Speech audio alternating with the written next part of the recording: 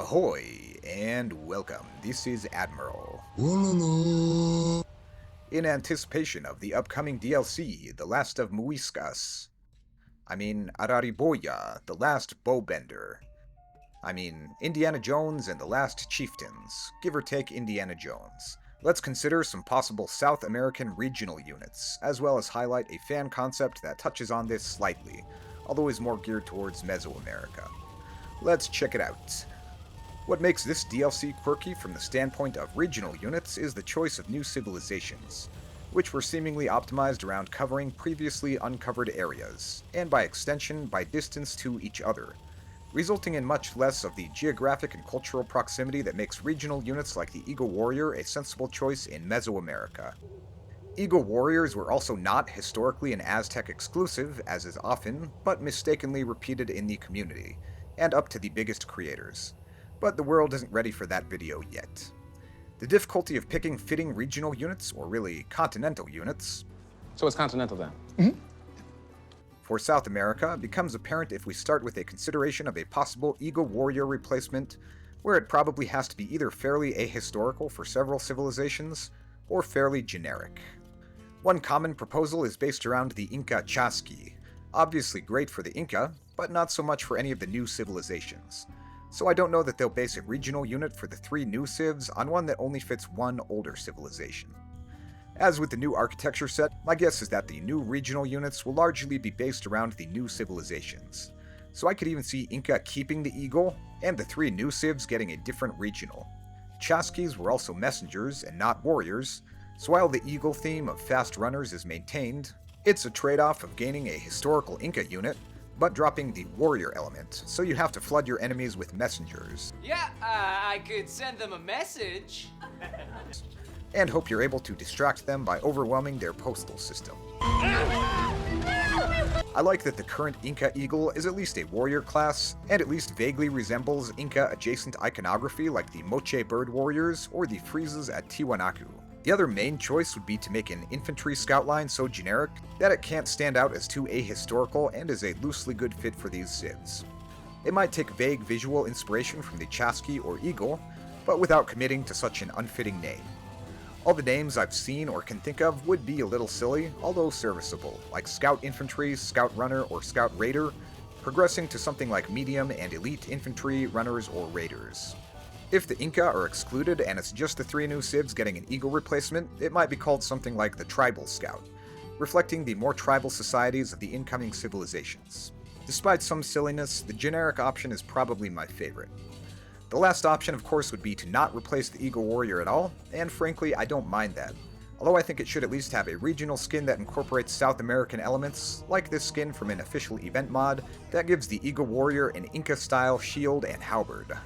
It's not as if there's any shortage of possible bonuses for future Eagle Warriors, or lack of civilization-specific stat customization via bonuses and unique technologies, such that we have to create an entirely new unit line for design and gameplay purposes.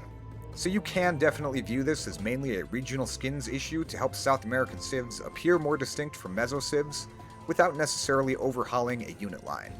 A similar case goes for the Archer line, although even more so, as such a fundamental and fine-tuned unit line that I wouldn't want to replace it, but it's a top choice for having optional and immersive regional skins for the Americas. For all the flaws of the Eagle Warrior as it exists right now, it is still a far better visual abstraction for a South American warrior than almost any other existing unit. So while it absolutely could be replaced, it's actually not my first choice for a unit line to be replaced. That award goes to the Militia line. Not only is the European plate armor and sword an obviously bad visual fit, but it's also not a very good abstraction of any common South American warrior type, especially those outside of the Inca sphere of power. By contrast, the Swordsman line is still a poor visual fit for Mesoamerica, but sort of works as an abstraction of heavy infantry with armor covering most of their bodies, and that used slashing weapons that functionally resembled swords, far less common in South America. Personally, I'd love to return to the roots of the Swordsman line, the blunt force militia as the South American alternative. Bludgeoning weapons are incredibly underrepresented in AoE 2 generally, and are the most common and obvious South American weapon type not yet represented. This unit line could parallel the Militia line enough to be easily intuitive, as the Haiguang is to the Knight line, and with its first unit perhaps even having the same cost and stats as the Militia line for build order fungibility. But it could diverge somewhat down the line of upgrades, and generally with more speed and anti-building damage, but fewer hit points and or less armor relative to the Militia line. And the weapon could evolve from a very basic club to a simple round-headed mace, and eventually the Inca-style star-headed maceman with bronze armor, which could be an Inca-exclusive upgrade. One possible evolution is shown here with Omar GG's concept, although his proposal is for an Eagle Warrior replacement, whereas my preference is for the Militia line, and starting with an even more basic clubman than shown, while keeping the Spear for any possible Eagle replacement for internal consistency and readability. Next up, as we've talked about in other videos, the Slinger could be modified to become a regional unit. It was a common enough weapon throughout the Americas and the world that having it as a unique unit feels almost as silly as having a civilization with a unique unit just called the Archer, and not having any other Archer-type units in the game. Mapuches and Muiscas should have this regional, and Tupi should probably not. The Bolas or Ajo thrower, also discussed elsewhere, is another possible option, but more of a reach as a regional given that they didn't add the Aymaras. It could go to the Inca, but absolutely doesn't need to. But I could see this possibly being a secondary unique unit for the Mapuches. Blowgunners are a niche but flavorful possible regional, as warriors shooting poison darts. I can see them being shared by the Muiscas and Tupi, and wouldn't be entirely out of place in Mesoamerica. More a hunting or occasional ambush tool than a battlefield weapon, it might be implemented as a weaker and more generic variant of the plumed archer, as a low-damage cavalry archer substitute for South American civilizations, or possibly as a trash or goldless ranged unit, or a ranged unit specifically effective against low-armored enemies. Honorable mention to the idea of having regional warrior units replace siege units. Having slingers perform some kind of siege function is something that I've toyed around with, but ultimately don't think it's a great fit for the base game. It's enough to have them approximate the role of hand cannoneers, with which they were sometimes compared historically. Beyond that, I prefer the silliness of pretending that South American civs had torsion engines, to the silliness of pretending they had superhuman warriors who could act like torsion engines, which seems like an overly fictional kind of design even for AoE 2, and more like something out of AoE 3 or other more asymmetric games. However, I do absolutely like the concept of a trash ram that can't garrison units, but that's about as far as I'd go regarding Siege.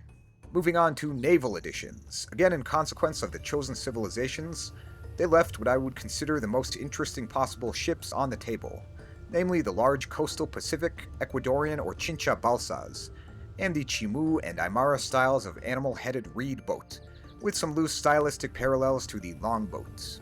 I suppose they could add these ships regardless, although that would be a near Kitanglet level of skipping over perfectly viable civilizations, but giving their unique units to someone else. Which is still better than nothing, and still better than the current ship skins, so I don't hate it, especially given the wide umbrella coverage of this DLC. What I do hate is the cannon galleon for American civilizations. I hate it. I don't like it. So hopefully this gets replaced. But my point in an earlier video about all of the individuals featured in the DLC previews existing after 1500 AD amplifies the possibility of all of these civ designs being highly influenced by European technology, even though most of them didn't adopt it in the time frame, except the Mapuches with cavalry and limited gunpowder, and possibly Tupis in the use of personal firearms. So it's entirely possible that the cannon galleon was given to these civs not as a temporary fill-in for a new naval unit as many have assumed, but an intentional choice thought to be justified by the European proximity emphasized in this DLC. We'll have to see. If there is a new ship type, the obvious choice that at least fits the Tupis is the War Canoe, which might be a galley line reskin or replacement for American civilizations. I like this concept of a War Canoe line by Omar GG using the existing canoe, dragon ship, and a larger war canoe. His design is based on large Maya-style canoes, described as being as long as a small galley, but a similar design could work for Tupis, who also could muster groups of decent-sized war canoes. If there is a regional American siege ship that replaces the cannon galleon, I hope that it doesn't totally eclipse an otherwise historically appropriate-looking unit by plopping a catapult onto a native boat, making it unsuitable to represent anything but this fictionalized siege ship. Although I would be perfectly fine with this if there was still a basic graphic of the large war canoe to replace galleons, in addition to the sillier war canoe with a catapult to replace cannon galleons. Otherwise, I prefer something like a normal-looking boat that fires arrows, with the fire archer ability of increased range when targeting buildings. A final thought is about possible regional forts replacing castles. The 3 incoming civilizations were not known for building much of anything with stone. Neither were the Huns, but all 3 civilizations of this DLC were not that much more famous for stone architecture than were the Huns. So if ever there was a time to try a regional palisade fort, weaker than a castle but with a mixed wood and stone cost, it would be here. This would probably be tough to balance though, so it's plausible that they still have normal castles as one of many universal basic anachronisms. So those are my thoughts on some possible regional units. And of course, not all of these needed to be added. That would be too much, and it's really a question of finding the right balance of novelty and flavor with simplicity and readability. Let me know what you think about any and all of these regionals, or any possibilities I missed. That's all for today, and thanks for watching. This has been me contemplating cool continental choices for chieftain civilizations. Till next time.